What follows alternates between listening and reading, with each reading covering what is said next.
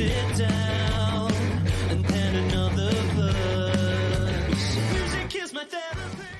Hello again, my friends, and you are my friends, and welcome to your Monday night F1 pit stop. I am the Gov, and it's good to be back with you on a Monday night. It's been a while since we sat here in the time slot that the show is scheduled to go out. Sometimes most weeks have been Wednesday recently, so it's good to be back live on the Monday. We've got a packed show. You may think, as an F1 fan of many years, maybe an F1 fan like me that's brand new to the sport, you may be sitting there tonight or tomorrow, whenever you're listening to this, thinking, there was no race this weekend. There can't be that much to talk about. Well, the lads have put their heads together. We've got a look ahead to Spain. We've got will Red Bull stay on top? Nick de Vries to run for Williams in FP1, and can Mercedes get closer to the front? As always, you can find the show on all podcast platforms. Just search F1 Fan Show Live and you will find us. Right, without a delay, let's bring in the aficionado, Mr. Stephen Thompson.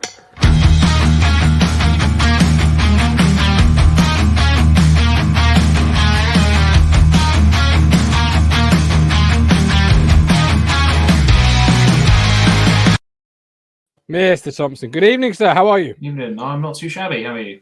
Not too bad. Struggling at the moment. There's a heated area just behind here, and it's like sitting in a sauna in this room, and it's just starting to creep up on my asthma. So while your theme tune was playing there, I literally shot out of this chair to open the window here. So I'm hoping a bit of fresh breeze will hit me in a second, and I will stop struggling to say a sentence because my lungs are about to just explode through my chest. Enough about me. How was your weekend off from the F1? Yeah, it was good. I've had a week off work as well, so it's been a nice, quiet week. Not really done a lot, which is lovely. Missed the Formula One, of course. But yeah, not long to go until another race. So, as you do. How did you feel the time? Mainly gaming, bass playing, dog walking, moving some stuff over from the old house to the new house. That's all sorted now. Okay. Yeah, out with the missus yesterday. Went to Sheringham. Oh, Sheringham, beautiful place. I go there at least once a year. Do like a bit of Sheringham. I do. It's a lovely place. Did you manage to catch any of the historic demo run? No, I did not. No. Well, there's one bit of the demo run I did catch, and that was Leclerc binning it into the wall because his brakes failed.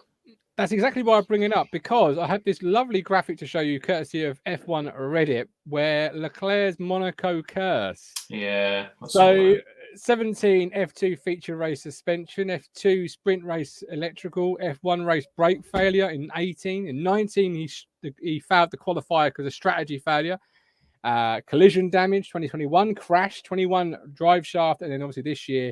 Have you ever seen a driver have this much bad luck, Steve, with one circuit? With his home Grand Prix? No, the only one that springs to mind really was Jenson Button. He never even managed to get on the podium in Silverstone in his very long Formula One career.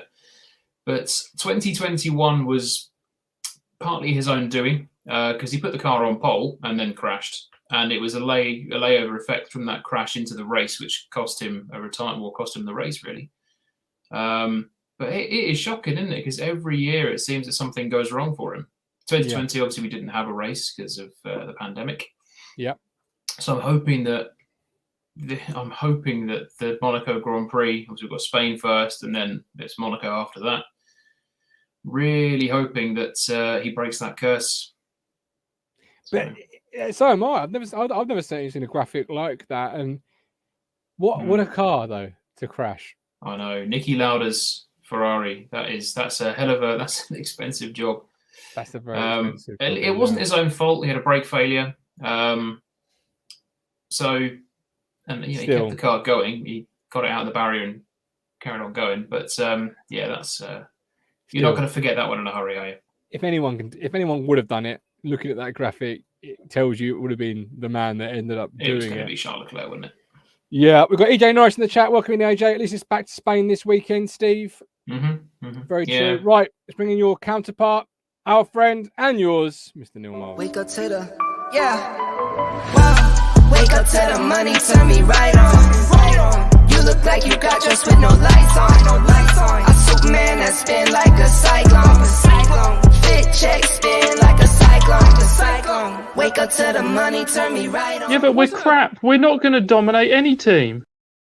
Good evening, Mr. Moles, as always. How are you? Hello, yeah, pretty good. good. Have you ever seen one driver have as much bad luck, particularly at his home circuit, as old Charlie boy has? No, I don't think so. It's pretty bad, isn't it? It's quite rare, isn't it? It's It's quite rare. appalling. Even on a race where you think nothing could go wrong. Because it wasn't even sort of a brake failure it was caused by another crash, wasn't it? It was from dirt on the road from another incident that I'm not caused the sure, brakes to be to honest. fail. That's what I read. I didn't particularly see it. I ended up watching a video clip of him going round, and then it was just the back end came round, and I don't know how much damage it did. It could potentially just be the rear wing and the beam holding it that got broken, but He did get it going, and he got it back onto the home straight. There was a bit of smoke coming from the back of it, so the engine, obviously, the back of it is quite exposed in that car as well, isn't it? It's not like these new ones where they're encased in carbon fibre. Took a hell of an impact, but hopefully it'll be okay. Right then, where would you like to start this afternoon? This evening, gentlemen. We've got Bull Red Bulls down top. We're going to start with Nick De Vries to run for. Let's start there, Steve. Nick De Vries to run for Williams and FP1. First of all, for those that are perhaps new to the sport or returning, like myself, explain what this is, and then the ramifications we'll discuss moving forward for it. Basically, Nick De Vries is going to be stepping into Alex Albon's Williams for FP1, so he gets the first practice session in the car alongside Latifi. It's one of two mandated sessions of the year. Basically, young drivers have to put in a certain amount of time in the car. They obviously get points on their license for it as well. Good points, not bad points. And it's a nice. I don't want to say experiment, but it's a nice move from Williams because it gets him time behind the car or behind the wheel. He's currently competing in Formula E. He's a defending Formula E champion, so he's a very good, highly rated driver. I can't say he's a young driver anymore because he's 27 now, so he's not, a young lad in F1 driver terms. But it's a good idea for Williams to compare him to Latifi. People saying that, well, why didn't they give him Latifi's car and run Albon? Because Albon could probably get you better times and better data, maybe. But it's a good opportunity to compare him to the man whose seat is under a bit of pressure. And if he's instantly on the pace or quicker than Latifi, it might put a few thoughts into the heads of those at Williams. Is this the beginning of the end then for Latifi, Neil? As you discussed that, boys, I will drop out just for... It could well be. Obviously, there's no guarantee. It'll be interesting to see what happens, though. Yeah, I can't remember if he's done an FP or a practice session in F1 before. I don't think he has. But he's obviously a very highly rated young guy. He's a Mercedes junior. No doubt he's quick. And he was hotly tipped for Formula One quite a few years ago. So I remember him being a young guy at McLaren, I think, back in the Lewis Hamilton, Jenson Button days. I can't remember his progress, to be honest. He's always been a Mercedes-backed driver. That I'm sure of that. He's been in FE for a couple of years now. He's done other things as well, sort of other Formula. He's got quite a good little racing record, and it's a very good opportunity for him to get into that car and hope he's on the pace of Latifi, because I think, as we've said before, Latifi, okay, he brings sponsorship and money to the team, but they don't really rely on that as much now. His seat isn't as secure as it was 2 years ago. No. It'll be very interesting to see. I reckon he'll be on the pace of Latifi. I expect him to be sort of tail or further down the order, mainly because of what that car is capable of, but because he's not driven it before. But if I was Latifi, I'd be a bit worried, because there's only 2 drivers who haven't scored points this year, Mick Schumacher and Latifi. You're being comprehensively outperformed by your teammate, and you're in your 3rd season with that team, and your teammate's been out for a year. You've been out-qualified a bit by him, I believe, every race so far, apart from maybe one. He's scored points, you haven't. And you know that your money isn't going to secure you a seat like it did, a couple of years back. So if I was Latifi, I'd be a bit nervous, because if De Vries is on the pace, or at least within sort of touching distance, that could cause Jost Capito and the head honchos at Williams a bit of a headache. What is Van Dorn doing these days? Is he test driver for Um, Mercedes still? He's test driver reserve at Mercedes. I think he's also in Formula E, I believe. Okay. Well, he was. I don't know if he still is. Because I know when Russell stepped in for Mercedes, Van Dorn was a little bit miffed because he was obviously the reserve driver. Yeah. And if De Vries potentially gets this move at Williams, that's yet another position that he hasn't been able to fill in Formula One. He must pretty much think that his time's done now. Yeah, Van Dorn's tricky because he did have a drive, didn't he? He drove for McLaren for a bit alongside Fernando? Alonso, yeah. Yeah, when Button retired. And he didn't really set. I mean, I know the McLaren of that year wasn't particularly brilliant. I want to say it was around 2017. Was it around 2017? Because was that after Jenson Button retired and he just took that seat? Yes, yeah, because Button came back for a race, didn't he? Because Alonso did the Indy. Yeah.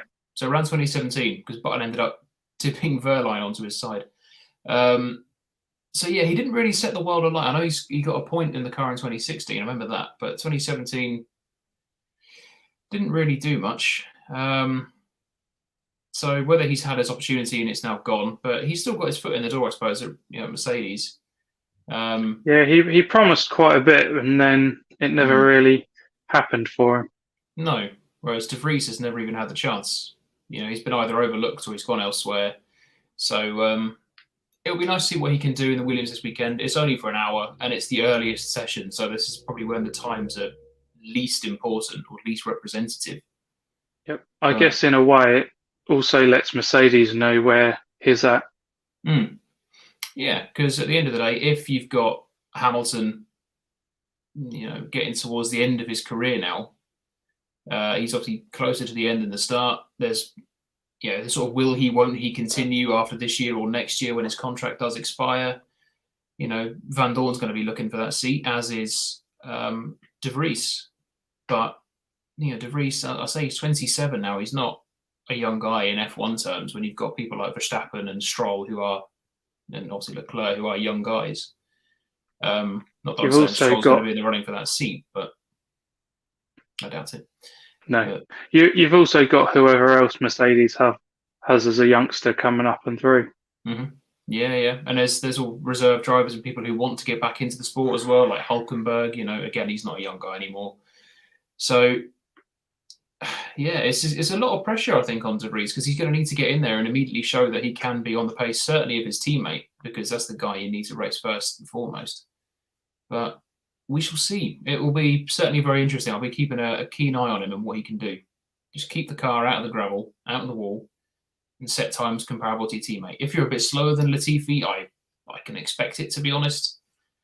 But stay within touching distance, because that'll do you good for the future. You certainly see. Yeah, I'm not 100% sure if a guy that you want to replace. I know you've got the whole he won't be used to the car or anything, and the setup will probably be rather minimal for him. Unless he can come straight in and go, this is how I like to have the car set up, and they'll be able to get it fairly well tuned. But I can't imagine so. FP1 is normally a little bit on the minor side, and then they progress, don't they, as they go along. But I think it's primarily going to be Albon set up in the car anyway, isn't it? So do you think this is a track they could quite easily do it? Because obviously you've got Mercedes saying that for any upgrades they bring, they've got the data already at the track for pre-season, and this is somewhere they test quite often, so the setups are generally already fairly known. Yeah, it is a good circuit to do it, because like you say, they've been there for pre-season, so they know the track, they know the setups they require. The drivers, De Vries will know the circuit as well. It's not like you're going to, I don't know, a Saudi Arabia or a Qatar or something, and you're chucking him into a car he's not driven in anger or at all at a circuit he doesn't know. So he'll get up to speed fairly quickly, and I reckon he'll be quicker than Latifi. I think he will. I hope so. Because so do I. As much as I really want to like Latifi, I always say I want to like him, but as a guy, he's nice. He seems like a nice guy. but you need to be quick as well. Albon's a nice guy, and he is fast. I mean, this is what going to Williams has been absolutely fantastic for Albon. The best thing for Albon, well, I watched a video and Red Bull obviously watching him keenly and quite happy with his progress. But I feel that he should burn his bridges with them. This is like a new chance for him. Everything seems to be coming into place, and yeah, he should just embrace it and just ditch Red Bull, really. Yeah, and who would have thought he'd come in and do as well as he has done after 5 races? 3 points on the board, which doesn't sound a lot, but in that car, which is arguably the worst car on the grid, that's phenomenal. Like we said, he's comprehensively beating Latifi week in, week out, and he's got the car into Q2 multiple occasions. He's doing everything that's asked of him and more, so this is brilliant for him. It really is. Him and De Vries would be a very good team at Williams. 2 young guys. Quick. Not really knowing a lot about De Vries. It's hard to know quite what he'll bring, but I guess being 27 and doing other formulas, he'll have some experience. Yeah, exactly. It's not like they're putting their faith in a young rookie like like a Jack Aitken, for example, who hasn't. Well, he's had the race for Williams when he stepped in when Russell went to Mercedes for that time, but that's it. I don't believe he showed enough. He is now doing, is it some form of GT racing? Yeah. He didn't unfortunately do enough in F2, in my opinion, and he didn't really show enough in that car in 2020. Again, it was a terrible car, and he ended up basically costing Russell the win because he was the one that binned it and caused all the issues. But there we go. But yeah, that's a comment there from EJ as well. Hamilton, race this year and next year, and that will be it. I can agree with that, I think. He's got. I think it will depend what Mercedes do. Yeah. If they improve or turn it around, Mercedes are supposed to be bringing some upgrades for their engine as well. I've heard that it's supposed to be wrapped within the wording of reliability upgrade because that's the only one you can do. Yeah. Okay. You're not supposed to be doing any performance. But we'll see. Obviously, all the Mercedes running teams will be looking forward to it. Oh, of course. Well, yeah, we had that. Was the topic as well to talk about. Can Mercedes get themselves closer to the front again? It's not going to be easy, is it? They've shown some signs of progress. They've only got a couple of podiums this year, of course, which were quite fortunate, really. Hamilton with the Red Bull double DNF in Bahrain, and then Russell in Australia with another Red Bull DNF. So the podiums have been lucky. But there are flashes of what that car can do and the potential it's got. Russell has been fantastic so far this year. Hamilton has been hit and miss, and you don't often say that about Hamilton. I think a lot of that's happened has been situational. I don't believe Hamilton's been really any worse than George. George has come in off being at a team that if he was getting this, what sort of positions is that with the other team, he would be absolutely ecstatic, in which obviously is how he's feeling.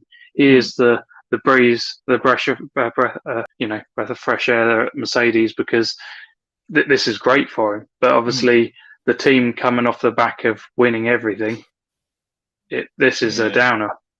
This is a very tough thing to take, isn't it? Yeah, it's just the luck that he's had in the races that meant where he's finished. That's not going to happen forever, and I think that him and Lewis will look very much level. Yeah. I Whereas reckon. Sorry, Karen. A lot of people seem to be jumping on the bandwagon, just saying that poor old Lewis has passed it. He's not at all. Yeah, this is Lewis Hamilton. Okay, yeah, he's getting on a bit now. Again, in terms of F1 driver years, but he's still, statistically the most successful driver in Formula One. You don't, comment there just come up from EJ. You don't lose it overnight. From that last lap in Abu Dhabi in 2021 to now, or that first lap in Bahrain, you don't just lose all your skills and everything you've built up over the time you've been in the sport. The car obviously hasn't been great. It's not quite to his style. The porpoising issues have been terrible, but you don't just lose it. And again, a comment from Matt. Alonso, he's still got it. He is nowhere near in a car that can compete at the front, but he's still putting that Alpine in places it shouldn't really be, and he's 40. Yeah, He is an old man in Formula One terms, and that Alpine is not ready to fight at the front. I really wish it was, because I want to see Alonso have one last go, one last fling for a third championship. So many things have gone against him over the years. I wonder if he'll do a bit of a Magnussen. If you gave him that sniff of potential victory, whether he would just he'd find that little bit within, and how much that would do for him. I reckon. Was it Alonso or Hamilton? You mean? Alonso. I think possibly if you found yourself, for example, in like a Hungary 2021 situation. So obviously you had Ocon leading the race in that Alpine. If it was a similar sort of thing and Alonso was offered the sniff of a podium or the sniff of a victory, that's like the scent of blood to a shark, isn't it? That's bang, he's right there, and he'll have it because he defended so well against Lewis last year to help Ocon, and he's proven that he's still got those skills that he had all those years ago at Renault. 20 odd years ago now. You don't lose it overnight.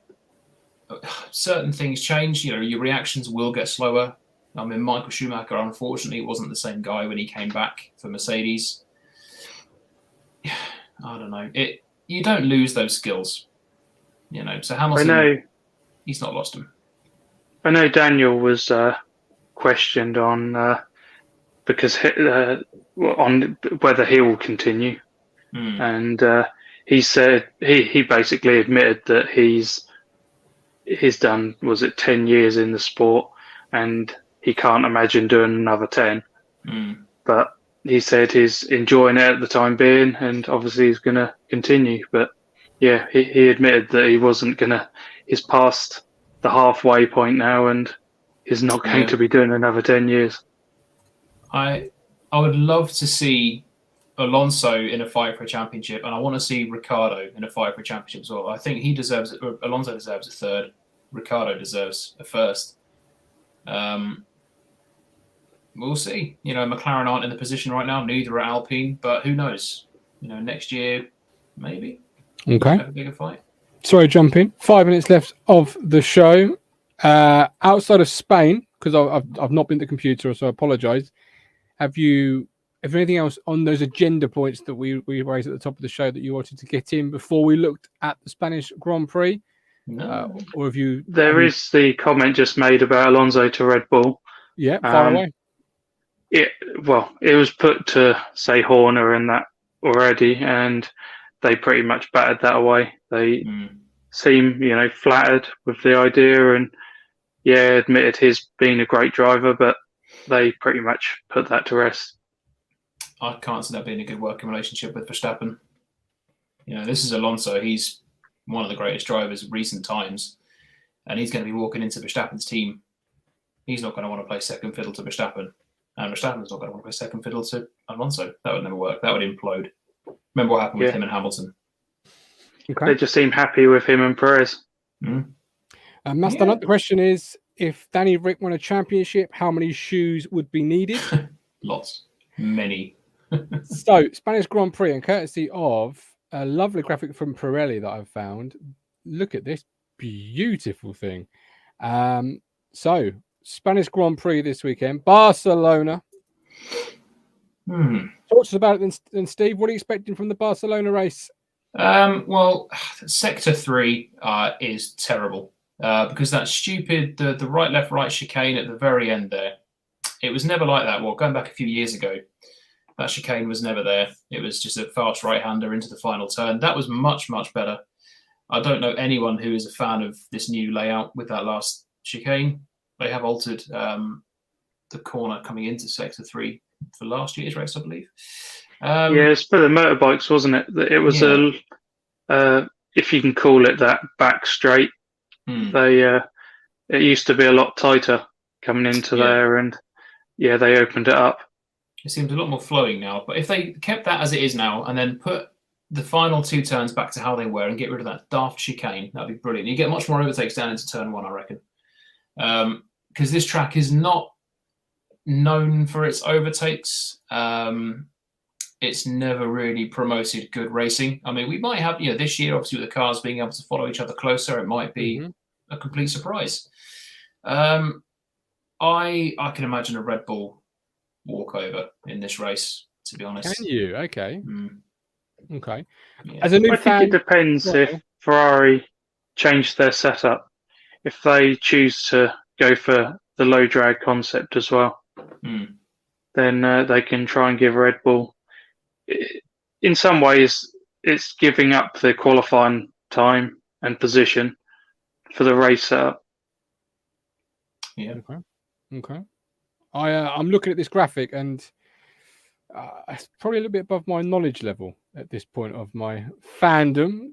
What can we take from it? What does it tell you about what you need to know as a long-standing fan, Steve?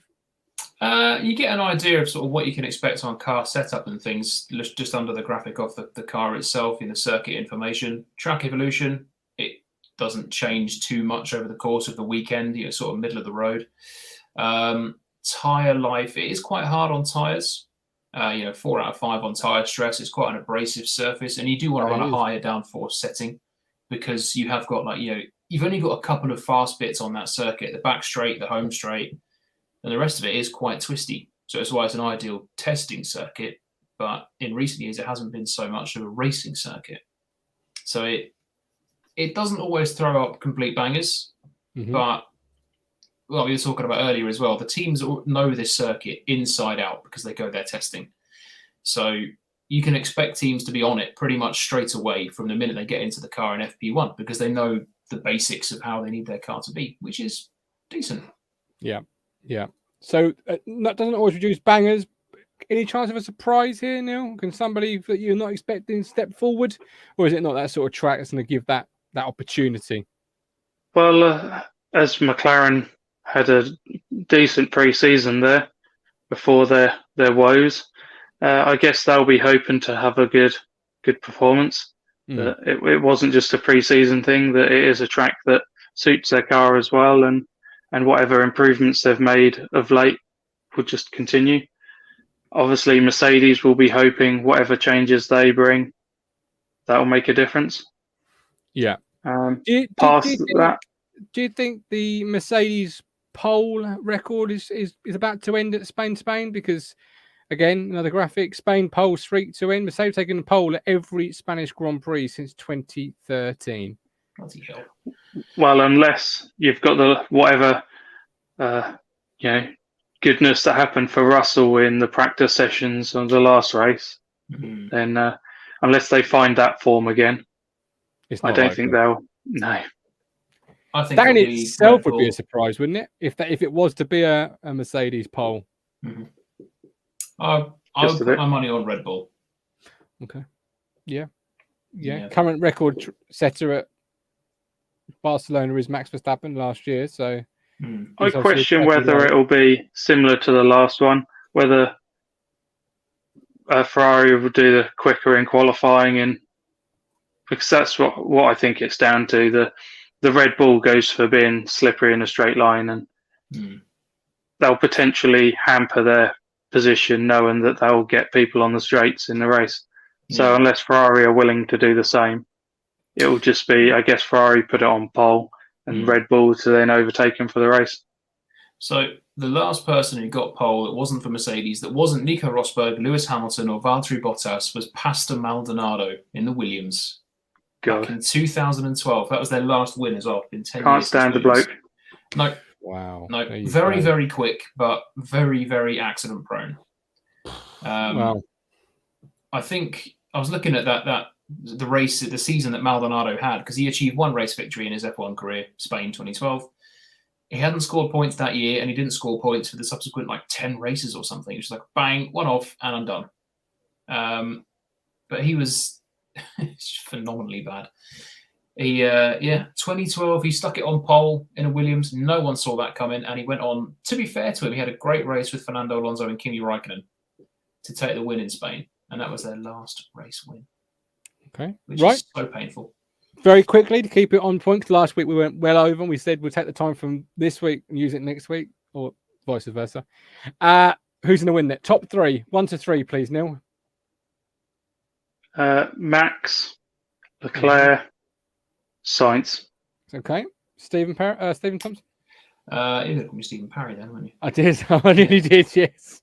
Cheers. Verstappen, Leclerc, Fernando Alonso. Ooh. I'm going to throw a curveball. See, that's the sort of surprise I was alluding to earlier. That would be a surprise. Okay. Podium at his home Grand Prix. Okay. Dokey. Right. Well, we'll find out what happens this weekend. What a blast from the past. He was a liability, wasn't he? Says Matt Stannard in relation to what you were talking about just then. Absolutely. I remember when he crashed because he got distracted by his own steering wheel. It's true. There's no beats. There's no beats from this Steve. There's absolutely correct. There's no beats from Stephen Parry anymore.